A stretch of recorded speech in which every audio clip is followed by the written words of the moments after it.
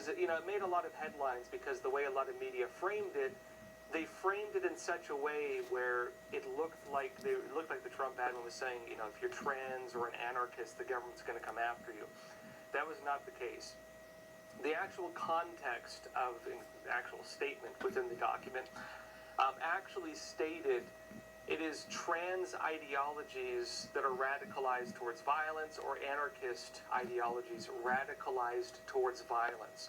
And so, you know, the key issue with all of these is these violent movements, not merely people who maybe have, you know, a political belief where maybe you don't like government, or you believe in trans ideology, you know, fine, whatever, right? The real context of it was the radicalism, violent side of it. And that was, of course, a direct reference to ANTIFA, because you actually have ANTIFA and now several more radical offshoots. Further in this article, though, it states this: Michael McCarthy, special agent in charge of Homeland Security investigations, said the announcement followed a, quote, thorough and months-long investigation into a deeply concerning trend, coordinated violence targeting federal law enforcement officers and facilities. Now, I'm going to go deeper into what's actually happening here, but just as a kind of overview, basically, these are 15 individuals who've been active at blocking federal access to these ICE facilities. Something that's happening across the country right now. Basically, you know, Newark, New Jersey, not far from us here in New York.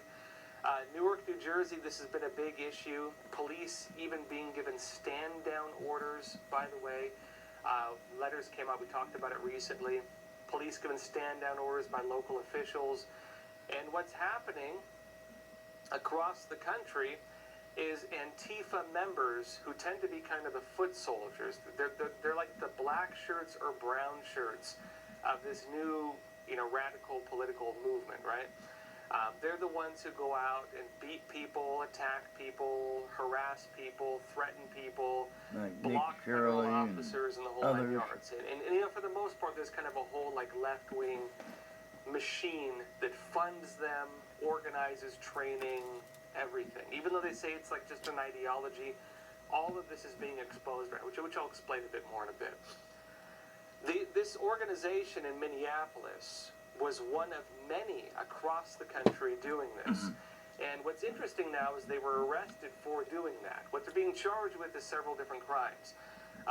Impeding federal officers, kind of messing with federal enforcement, meaning, hey, they're trying to deport people and you're blocking them from doing their jobs.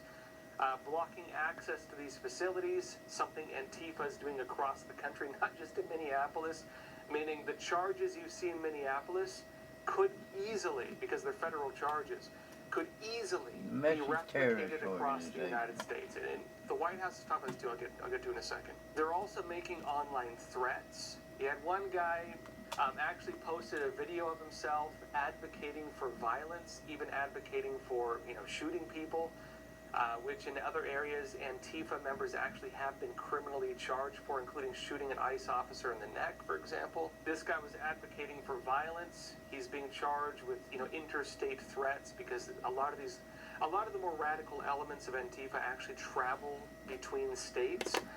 You kind of have like the tour bus of radicals, so to speak, and they go state to state and protest to protest. They're being charged for that. And what's important is that through these investigations, every time an Antifa member is arrested, right? Every time one of them is arrested, here's what happens. Investigations take place into their communications. Investigations take place into who they were talking to. Investigations take place into, you know, the training they received, the organizations they were involved with, the way that they were involved within the movements inside that organization. And what's really interesting is that as we see more arrests of Antifa, a broader picture is coming out. That yes, this is actually a nationwide and even transnational, to an extent, which is the basis of a lot of the, you know, the recent terror designations. Even transnational, other countries, Germany being one of the biggest, funny enough, movement, training, organization of radicalism. And what's also coming out is this group is just crazy radicalized and also crazy organized. You have lawyers, you have politicians, you have government workers, you have very high up people involved with this. Some of the coordinators, many of them are not involved in the 2020, actual violence. they were very active Some recent leaks have shown even lawyers with like the ACLU being involved with them, things like this. The actual arrests are not targeting the broader networks, though. The actual arrests are targeting the people actually involved in direct committing of crimes. You know, which is where it gets hard with Antifa. You could actually argue Antifa functions a lot like a normal spy organization or a normal, like, subversive organization. Typically, the ones committing the crimes are not the real, like, masterminds of it. Typically, the ones committing the crimes are the stupid people they've convinced to kind of be the useful idiots. You know, the attack dogs, so to speak. But the real people coordinating it, moving it, organizing it, they know how to keep their hands clean. This is the way mafias work. This is the way that a lot of terrorist organizations work. You know, the people actually recruiting terrorists and so on, they tend to not get involved with terrorism. They just tend to radicalize people. They tend to encourage things. They tend to do things like that, which is why they never really go after the mastermind. It's the same way that Chinese espionage works, you know, because of course I've been researching that for like close to 2 decades now. The way that works also, the trainers, the organizers, the real spies never get engaged directly in the crimes. They'll encourage people or recruit people to carry out the crimes for them. And they'll do it in a way that has a lot of layers of plausible deniability and enough, you know, elements of separation where their hands relatively are clean. This is why, for example, mafia bosses like Al Capone, what do they get them on? They don't get them on murder or things like that. They get them on like tax, you know, fraud or you know, something stupid like that. They get them on very minor crimes oftentimes because they're not committing the crimes. In my personal take, the only way you can take down a network like this is through the criminal charge that was created with the intent of taking down networks like this, which is RICO, racketeering. In other words, if you're involved in a network that is an organized crime network, which we're now seeing Antifa is, as we're seeing these charges come out, right? We're actually seeing criminal charges now, whether it be threats, interstate violence, you know, attacking federal officers, organizing to do it, stating intent to do it. We see their back-end communications. We see their training with the intent of teaching them how to do this. What this means is as charges happen, as people are arrested, it's actually showing the integration into training, organization, and intent of a broader movement. Which is why, actually, I mean, we'll see if they ever do it, because they're not showing signs they're going to. But there is a case, I think, for a RICO charge to take down the entire network. Now, let me show you this also. So, alongside these 15 arrests that just came out, the White House also released a statement tying these 15 arrests into a much broader campaign against Antifa. And the White House notes the recent arrests, as well as Antifa arrests in Oregon, Texas, Washington, New Jersey, California, and Indiana, says basically these are all part of the same federal level campaign targeting Antifa, because remember, Trump has now designated several branches of it as terrorist organizations. And briefly, let me explain that. You could say, well, geez, aren't all of these people terrorists now that Trump has designated Antifa a terrorist organization? The complicated part you have with a terror designation is that you can only designate like organizations. It's very hard to designate a kind of fluid organization like Antifa that creates pop-up organizations under different names. So while you might designate, for example, ISIS as a terrorist organization, or designate Tren de Aragua as a terrorist organization, if you designate ISIS as a terror organization, it doesn't mean that every single terrorist is part of ISIS. Yeah, they might be radicalized as part of the ideology, but not necessarily of ISIS itself. Same thing with like Tren de Aragua, a Venezuelan organized crime group, right, gang, or whatever you want to call it. It doesn't mean that every single Venezuelan gang is part of Tren de Aragua. In the same way, you have Antifa as a very fluid type of organization that just creates new names and new organizations all the time. Unless the Trump administration were to designate maybe the ideology itself, which they have suggested in the recent terror designations, or if they were to designate kind of maybe a puppeteer parent organization. They're not really going to go after every single branch of Antifa as a terrorist organization. But what they are saying is these people are part of a terrorist movement, which is kind of some of the important language right now. Let me show you this. The White House says this. It says the Trump administration has made it clear Antifa terrorists and their networks will be investigated, disrupted, prosecuted, and neutralized with the full force of federal law. And it says there will be no safe harbor for those who attack law enforcement, obstruct lawful immigration enforcement, or wage campaigns of political violence against the American people. Now, stepping back also, aside from direct violence, the other thing the Trump admin is working on in going after Antifa is alleging that they're involved in denying people their constitutional rights. And this is kind of an interesting flipping of the script. Because among the left wing, let's just say it as it is, okay? And the argument they have is that, well, look, this is constitutional action. These are people engaging in protest, which is constitutionally protected. You're allowed to, you have the freedom to organize and get out and so on. You also have freedom of speech. The line you cross is if you actually violate a law while doing that. You know, you cannot attack a police officer. You can't beat people up. You can't do that. And so what a lot of these Antifa networks are doing now is they're doing like harassment, agitation type operations in a very organized way. That's kind of what a lot of these Antifa groups are doing now. They're engaging in like short of crime tactics.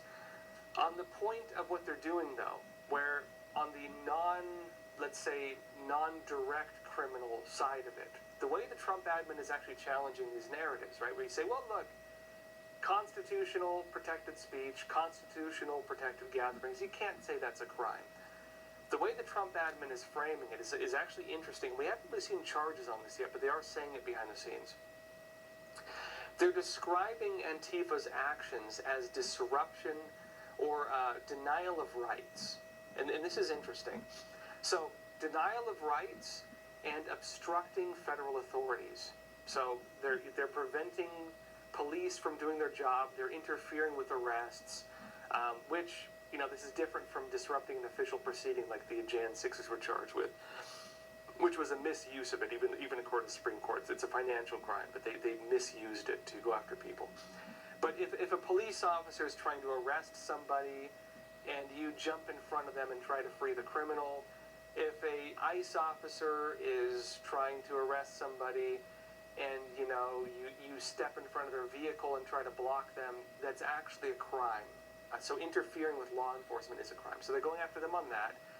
The bigger one, as I mentioned, constitutional rights, is this, the denial of rights. They're actually arguing that by harassing people engaged in their freedom of speech, so if conservatives go out, Christians go out, anybody goes out, I guess, even like moderate Democrats go out, and try to engage in their freedom of speech. They're campaigning for a political candidate. They're representing a certain politically, you know, contentious issue, and Antifa goes out and harasses them with the intent of shutting them down. The narrative is basically that Antifa is engaging in a coordinated and intentional denial of the right to freedom of speech.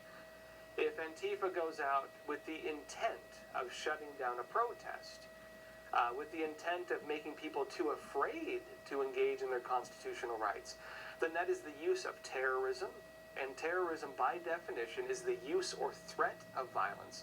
So it can even be a threat of violence with the intent of having a political impact. So they're denying people their constitutionally protected rights to freedom of speech, freedom of belief in terms of not just religion, but even political ideology on this front, and the freedom to gather by making people too afraid through the threat of violence or even the use of violence to engage in their constitutional rights. Now look, on another topic, something very big taking place. It's been revealed at least 250,000, 250,000, insane numbers, British girls were raped by gangs in the United Kingdom. There are some fact checks coming out from within the UK saying, well, this was an independent inquiry and they could only get so much. It looks, frankly, the details of this are absolutely horrific. I mean, this is everything that people in this country, the rumors of all these crazy child abuse rings and murder and red rooms and, just horrific stuff. This is real in the UK with these gangs. Everything people have been talking about on the conspiracy side with, what are the powerful, crazy elites doing? These actual gangs in the UK are doing almost all of it. And it's known, it's documented, they have witness reports. It is utterly horrifying. I'm going to talk about this. I'm going to go into it. It's a terrifying, disgusting, horrifying topic on an absolutely terrifying scale. It's being exposed in the UK right now. Now, I'll be talking about this, though, after we come back from a quick break. 50,000 British girls were raped by gangs in the United Kingdom. A lot of these are migrant gangs. They're saying in the areas of 85 to 90% Muslim. Not entirely, but that's still a pretty insane number. The scale of this, the horrific details of it are being exposed in a new report. And this is actually sparking calls for Nuremberg-style trials against every single person involved, including political figures, even police who were involved in the cover-up, who were passing these young girls when they went for help back to their traffickers, who in some cases even arrested girls and criminally charged them if they went online and made public that they were abused by a rape gang. There is murder, there is torture, there is the most sadistic acts you could possibly imagine. It is disgusting, and it's happening on an industrial scale in the United Kingdom, and I would actually say across other parts of Europe as well. In the UK, this is getting more attention, but it's happening in Germany, it's happening in France, it's happening in Spain, it's happening all over the place. That's why they're changing leadership. Okay? Now, Just the News says this. Right-wing British political party Restore Britain released a report this week documenting the systemic rape of British girls by predominantly Pakistani Muslim rape gangs across the country. And notes further in, the report concluded a minimum of 250,000 white British girls were raped by these gangs, and notes with Pakistani Muslims making up the majority of the offenders. They're kind of saying, you got to call the kettle black sometimes, right? It is what it is. On that front, I should note the 250,000 numbers is a point of debate right now. There are fact-checker organizations in the UK coming out and saying, well, mate, you can't really say it's 250,000. You can't really verify it. The numbers are actually, in my opinion, pretty solid. It's probably a lot higher. I know the number of rapes is upward of over 700,000. It's not clear how many of those were gangs and so on, or how many of them were just for migrants. It's kind of all over the place. We do know also that a lot of this was done through interviews. Many of the girls were murdered, and a lot of them committed suicide. So you're not going to be able to get the whole numbers. That's just the fact of it, okay? So one side is saying, well, 250,000 is probably overblown. The other side is saying 250,000 is the minimum. That is the low-end estimate. You can believe what you want, but let me show you a few more details, okay? It says this. It says it further highlighted the shortfalls of prior inquiries and included a litany of eyewitness testimonies from victims and family members, with some accounts describing the alleged active complicity of police and officials, elected officials, in hiding the rapes. Now, I should note there have been some prosecutions, which the counter-argument is saying right now. They will say that they have broken up some of these rings. A handful of people went to prison. It seems the arrests are nowhere even close to the full scale of it. Nowhere even near the full scale of it. And the other hard part is, too, you have a lot of people who were complicit. You have a lot of people who turned a blind eye to it. You had a lot of people who helped in indirect or even direct ways, who did not engage in the direct crimes, but helped facilitate it, including government officials, including police, including family members of these individuals, including people in these communities. It is horrifying, including, I'd say, even journalists and news outlets. that were engaged in the cover-up and involved in even attacking girls who dared speak out. Well, everyone, that's all for today. Thank you for joining us, and as always, please take care of yourselves, stay informed, and stay free.